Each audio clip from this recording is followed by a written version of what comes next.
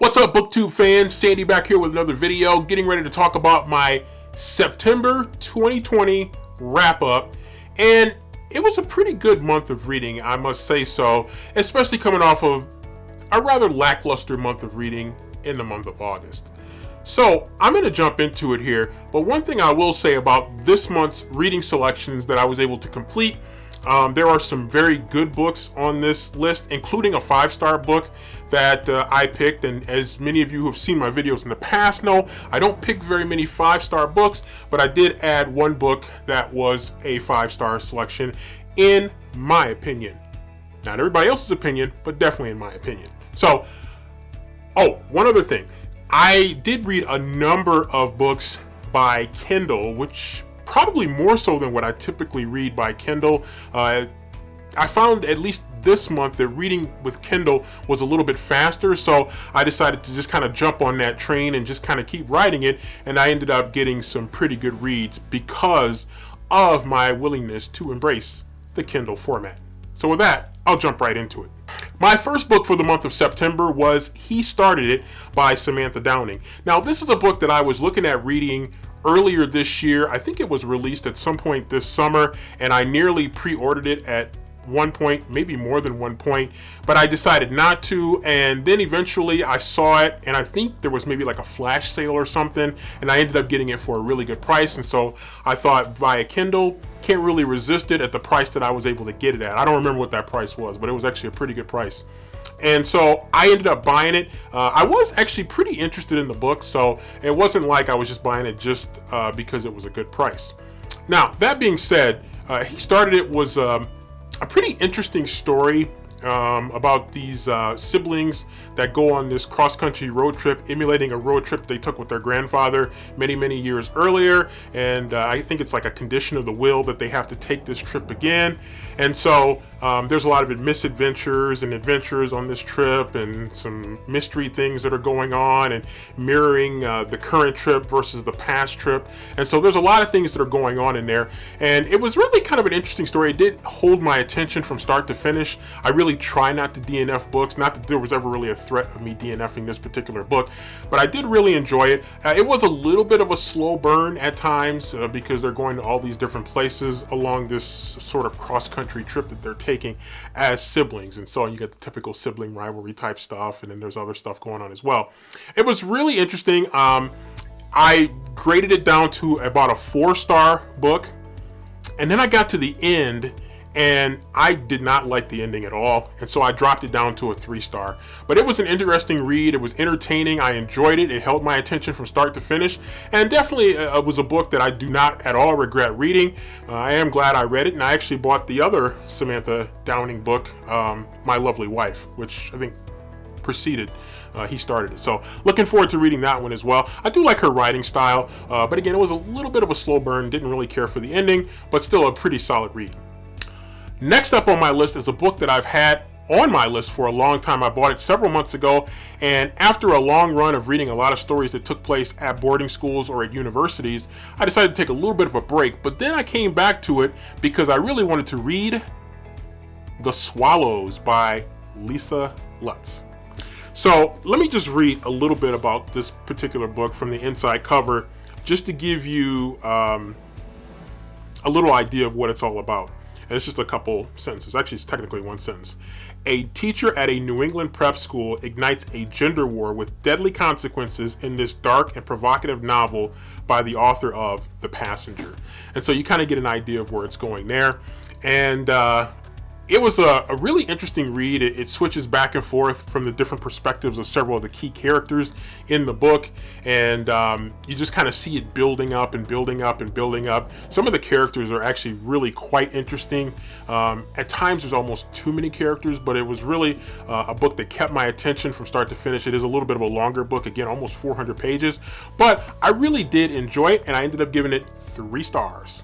Okay, next up, I read a string of books that were either books that were published independently or books that maybe weren't quite in the mainstream, because I like to read sometimes short stories by authors maybe that don't get a lot of publicity. And so I'll just read to you a string of books that I read. One was Wishing on a Surprise, Forever Safe Summer 2, Book 12. So that was part of a series of books. One was called Lou by Sadie King. One was called We Met on Tinder by A.G. Jr. And the next one I read was a nonfiction book about a football player, Dave Duerson. Duerson, triumph, trauma, and tragedy in the NFL. And he had kind of a lot of highs and lows in his life, and he ended up having a very tragic ending. And I saw that book pop up, and it was on my Kindle for a long time. I picked it up, and I finally decided to read it. And it was a very, very moving, very touching, and very tough book to read. But it was one that, with a lot of things that go on in sports, and I'm a big sports fan, it was one that I had always wanted to read, and it was kind of sticking there in the back of my mind. And I finally decided that I was going to read it. And by the way, those were all 3-star books I gave them.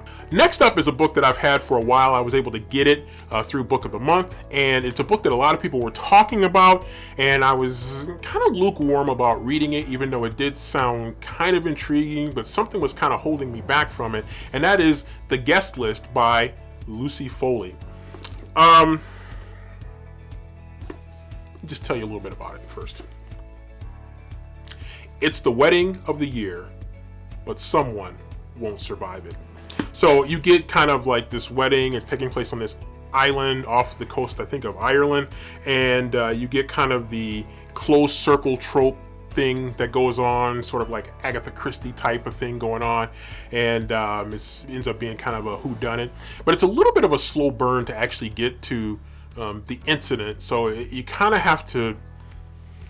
Somebody said this, and I don't remember where I read it. Maybe it was on Goodreads or it was on Amazon. I don't remember where I read it, but somebody said you got to really push through probably the first 120 to 150 pages, and then it really starts to pick up.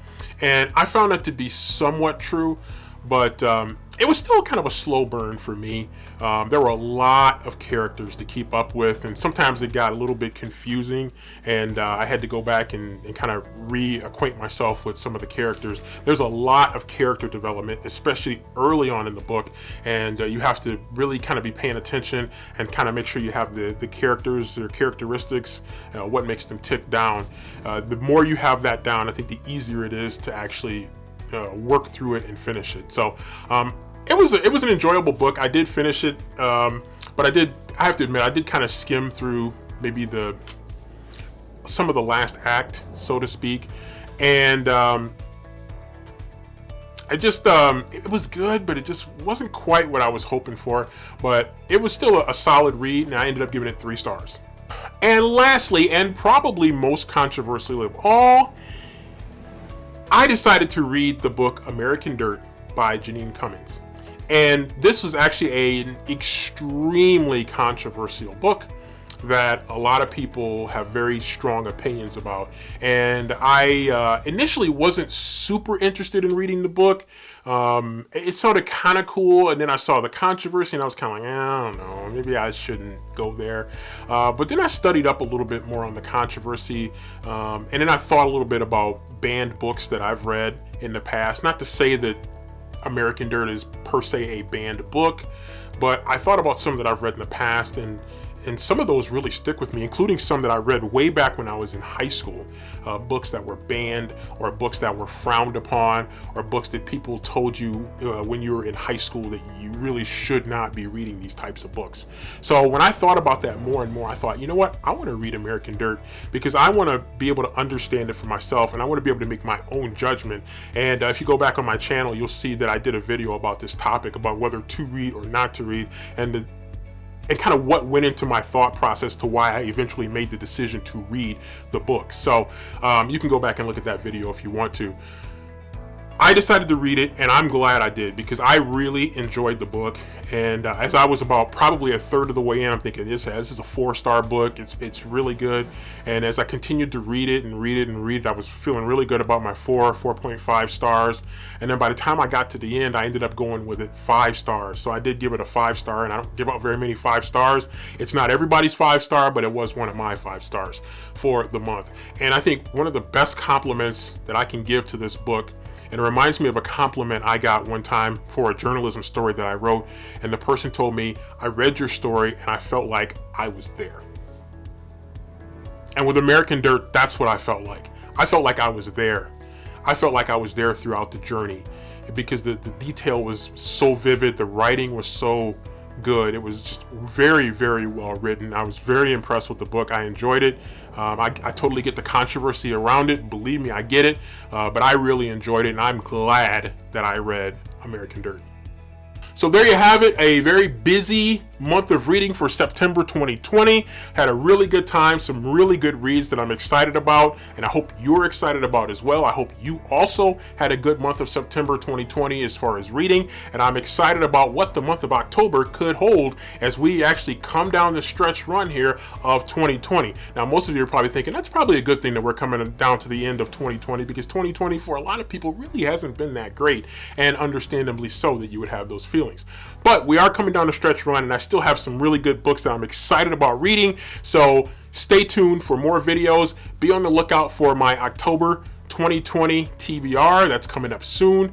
I got some pretty interesting books on there. Of course, October is Halloween, so that means that there'll be some excitement, and I'll have maybe some scary books on there that I'll be looking to take a little bit of a whack at. So that's what's coming up for the month of October in 2020. But this is wrapping up September 2020. Thank you for joining me on this BookTube journey.